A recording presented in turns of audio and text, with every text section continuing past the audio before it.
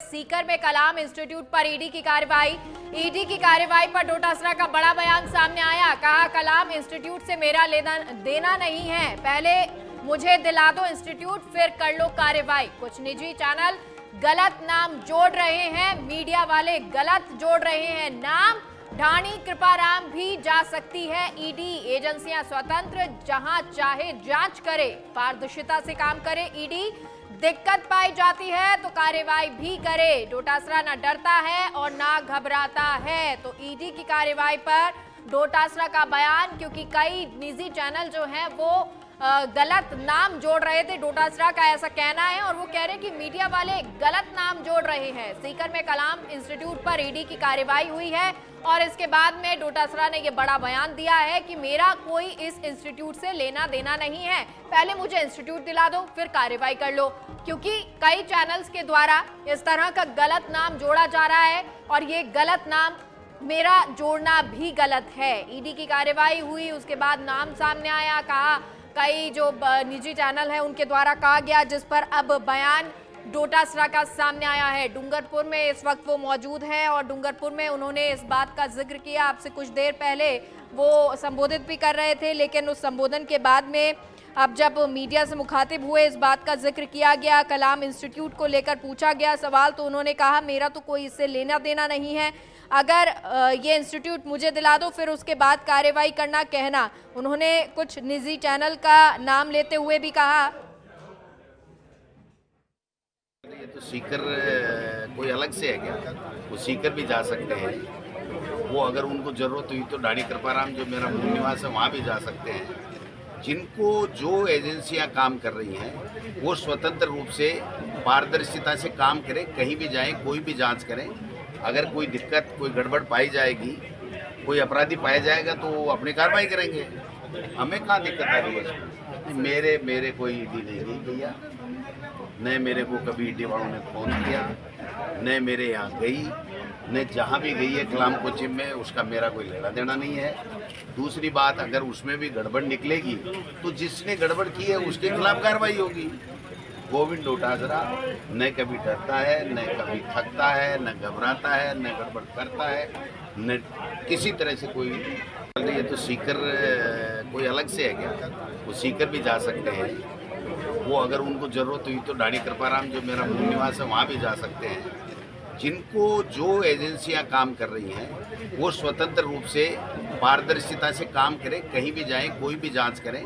अगर कोई दिक्कत, कोई गड़बड़ पाई जाएगी, कोई अपराधी पाया जाएगा तो वो अपनी कार्रवाई करेंगे। हमें कहाँ दिक्कत आ रही है? मेरे कोई ईडी नहीं गई भैया, न मेरे को कभी ईडी वालों ने फ़ोन किया, न मेरे यहाँ गई, न जहाँ भी गई है कलाम कोचिंग में, उसका मेरा कोई लेना देना नहीं है। दूसरी बात, अगर उसमें भी गड़बड़ निकलेगी तो जिसने गड़बड़ की है उसके खिलाफ कार्रवाई होगी। गोविंद डोटासरा न कभी डरता है, न कभी थकता है, न घबराता है, न गड़बड़ करता है, न किसी तरह से कोई।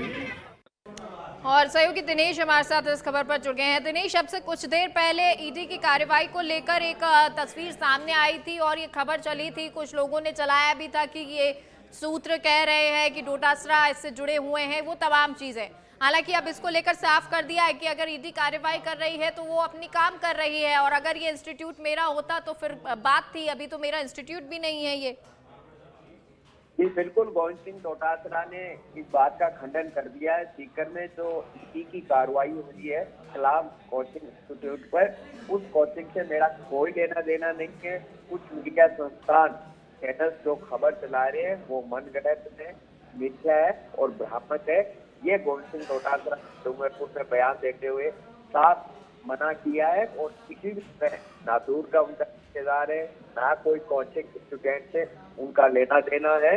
और जो कलाम इंस्टीट्यूट पर कार्रवाई की गई है उससे मेरा कोई वास्ता नहीं है, किसी तरह की उनसे मेरी रिश्तेदारी नहीं है और उन्होंने उन ऐसी गलत खबरों का बाकायदा खंडन किया है।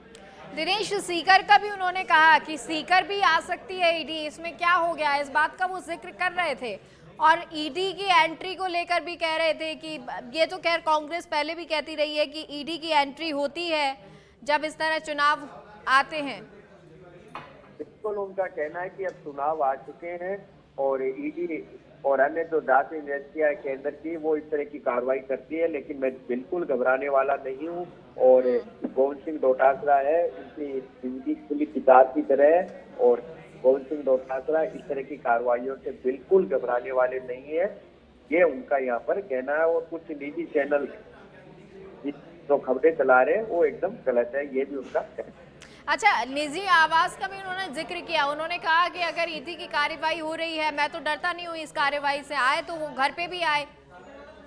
जी बिल्कुल, उन्होंने कहा है कि वो मेरे घर पर आए, मेरी जहाँ कृपाराम की कहानी का गांव है वहाँ भी वो पहुंचे। मैं बिल्कुल घबराने वाला नहीं हूँ, मेरे पास कुछ नहीं है, मेरे पास बर्तन और बिस्तर के अलावा कुछ नहीं मिलेगा।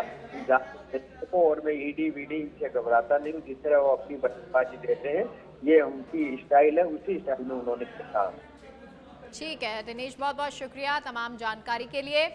और आपको हम ये बयान भी सुना रहे थे, जिस बयान में डोटासरा ने कहा कि ईडी की कार्रवाई हुई है तो इससे मेरा कोई लेना देना नहीं है, वो अपना कार्य कर रही है। कलाम इंस्टीट्यूट से मेरा कोई लेना देना नहीं है, पहले वो इंस्टीट्यूट दिलवा दो फिर उसके बाद कार्रवाई करो। उन्होंने इस बात का भी जिक्र किया कि अगर कोई ये नाम चला रहा है, कोई भी निजी चैनल चला रहा है या मीडिया चला रही है, तो ये गलत चला रही है, ऐसे नाम नहीं चलाना चाहिए। उन्होंने कहा दिक्कत हो तो कार्रवाई करें। और मेरे जो गांव है, मेरा जो निवास है, वहां पर पहुंचे। डोटासरा ना घबराता है ना डरता है, इस बात को उन्होंने साफ किया कि इससे अगर उनका नाम जोड़ा जा रहा है तो ये नाम गलत जोड़ा जा रहा है। और इस तरह की कार्रवाई अगर होती भी है तो इस बात का डर, इस बात का खौफ किसी तरह भी कांग्रेस को या डोटासरा को नहीं है, क्योंकि चुनाव में इस तरह से बार बार जब ईडी की एंट्री होती है, इससे पहले भी जब ईडी आई थी इसी पेपर से जुड़े हुए मामले में, तब उस वक्त भी कांग्रेस की तरफ से यही कहा गया था कि हम उम्मीद ही कर रहे थे कि ईडी आएगी, ये कार्रवाई होगी, लेकिन उम्मीद के तहत बहुत लेट आई है ईडी, पहले ही आ जाती, हम तो बहुत पहले से उम्मीद कर रहे थे, लेकिन अब चुनाव आ गए हैं तो ऐसे में ईडी भी आ गई है। अब एक बार फिर से कलाम इंस्टीट्यूट पर ईडी का छापा और इसको लेकर डोटासरा ने अपना बयान दिया है और जो खबरें चल रही थी उसका खंडन भी किया है। और हमारे साथ सीकर से हमारे संवाददाता रमेश लाइव जुड़ गए हैं। रमेश, आप कहां पर मौजूद हैं, किस तरह की तस्वीर नजर आ रही है?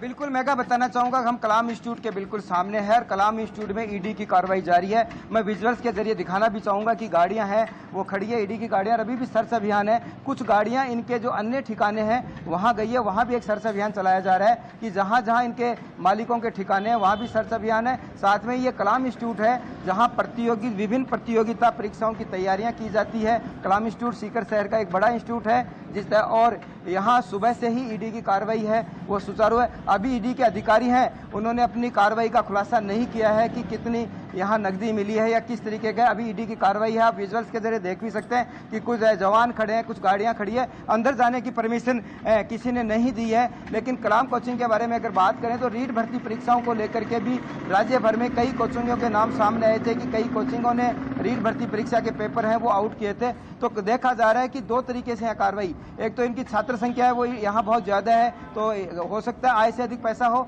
और दूसरा यह है कि जो फिलहाल जो 2 या 3 महीने पहले ईडी ने कार्रवाई की थी, राजस्थान में प्रवेश किया था और उस दौरान कई कोचिंग संचालकों का भी नाम सामने आया था, कई कोचिंग्स के ऊपर भी अंदेशा जताया गया था। तो उसी को लेकर के इस समय हम कलाम के बिल्कुल सामने खड़े हैं और ईडी की कार्रवाई जारी है। रमेश, क्योंकि ईडी की टीम पहुंची हुई है, लगभग कितने अधिकारी ईडी की टीम में वहां पर मौजूद हैं? ईडी की पूरी टीम कितनी वहां पर मौजूद है? कितनी देर से ये कार्रवाई चल रही है? बिल्कुल बताना चाहूँगा करीब ये कार्रवाई 12:30 बजे शुरू हुई थी और अभी भी जारी है। और जहाँ तक टीम की अगर बात करें तो 4-5 टीमें वो यहाँ लगी हुई है। इनके अलावा जो इनके रहने के स्थान है वहाँ भी ईडी की कार्रवाई जारी है। तो कहा जा सकता है कि एक बड़े स्तर पर ईडी की कार्रवाई चल रही है। और लगभग कितना माना जा रहा है, कितनी देर तक ये कार्रवाई रहेगी?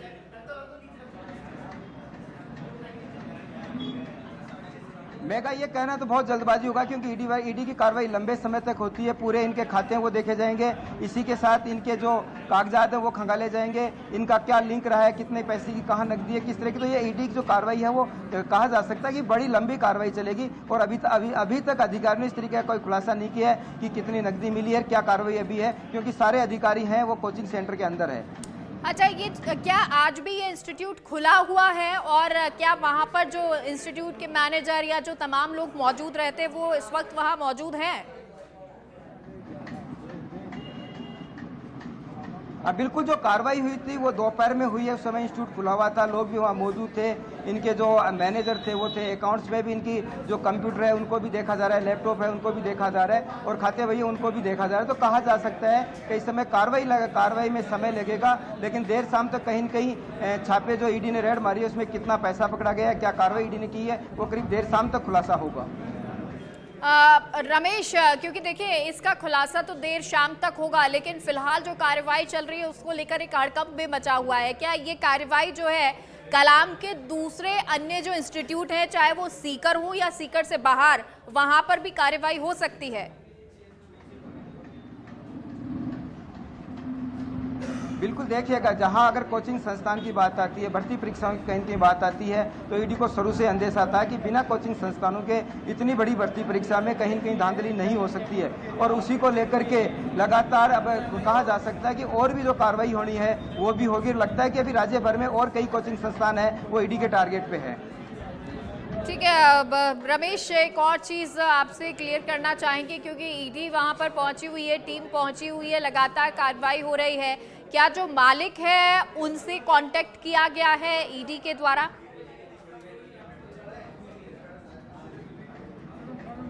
अभी तक देखो, मालिकों से भी पूछताछ होगी। सबसे पहले यहाँ जो अकाउंट्स है उन पे सबसे बड़ी नज़र ईडी की रहती है कि खाते वही है, उनको सीज किया जाए। मालिकों से भी पूछताछ होगी, इनके अन्य ठिकाने है। तो कहा जा सकता है कि अब ईडी जब प्रवेश किया है राजस्थान में और कोचिंग संस्थानों पे जब ईडी की कार्रवाई हो रही है, तो निश्चित रूप से एक बड़ी खबर देर शाम तक मिलेगी कि कितनी कोचिंग संस्थान में राजस्थान में और ऐसे हैं जिन पे टारगेट है। इसके अलावा अन्य कई संस्थान भी ऐसे हैं जिनको ईडी ने टारगेट बना रखा है। देर सही, लेकिन अब जो रीट भर्ती परीक्षा में जो लोग शामिल थे उनको लगता नहीं है कि कहीं बख्शा जाएगा, क्योंकि पहला टारगेट है कि कहीं भर्ती परीक्षा में घोटाला तो इन कोचिंग संस्थानों ने नहीं किया है। ठीक है, बहुत सारे सवाल उठते हैं और उन्हीं सवालों का जवाब अब हर कोई ढूंढ भी रहा है। तो वहीं ईडी भी इन घोटालों को लेकर लगातार अपडेट अलर्ट मोड पर है और इसीलिए कार्रवाई भी जारी है। फिलहाल बहुत बहुत शुक्रिया रमेश तमाम जानकारी के लिए।